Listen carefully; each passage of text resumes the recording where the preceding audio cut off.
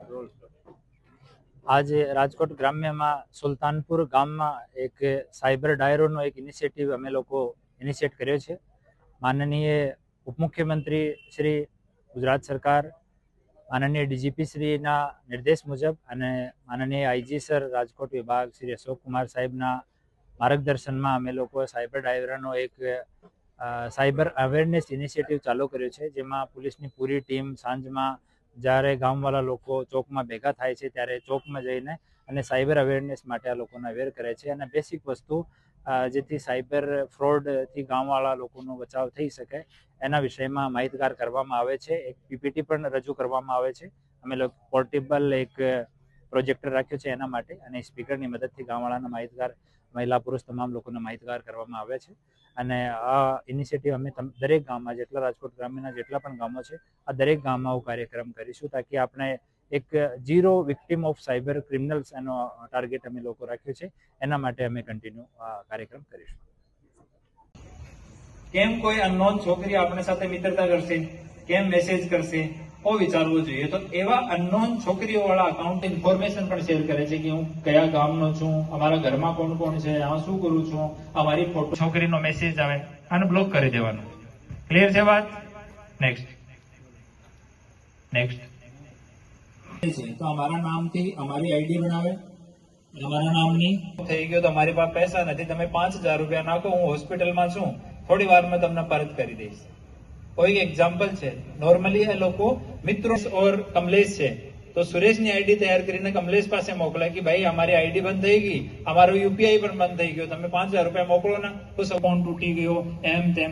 पर एक वखत तो घरना माणसने बीजाने फोन करीने कन्फर्म करी लेवानो कि भाई तमे छो के अने शुं थयो छे।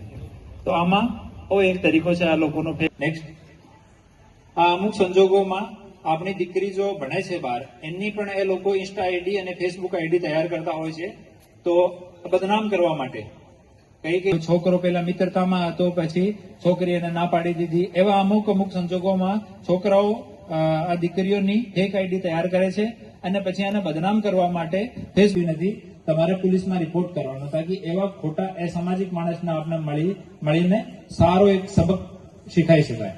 ગામના જો વોટ્સએપ ગ્રુપ રહે છે આપના જેમ કોઈ મંદિરનો વોટ્સએપ ગ્રુપ થઈ ગયો, ગામનો થઈ ગયો, આ જ્ઞાતિના કોઈ યુવાનો થઈ ગયો કે આ ધર્મ આ બધા સ્ટીલ થઈ જશે અને પછી આ માણસ તમારા અકાઉન્ટમાં લોગિન કરી શકે અને તમને કોઈ પણ ફાઇનાન્શિયલ ફ્રોડ, સાયબર ફ્રોડ લોકો ઓનલાઈન આપથી ઇન્વેસ્ટમેન્ટ કરે છે કોઈ છે અહીંયા?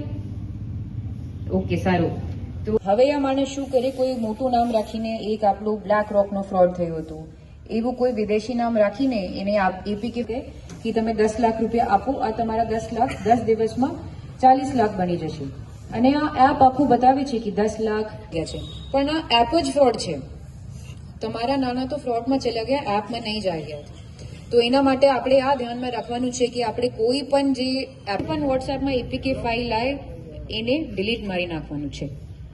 નેક્સ્ટ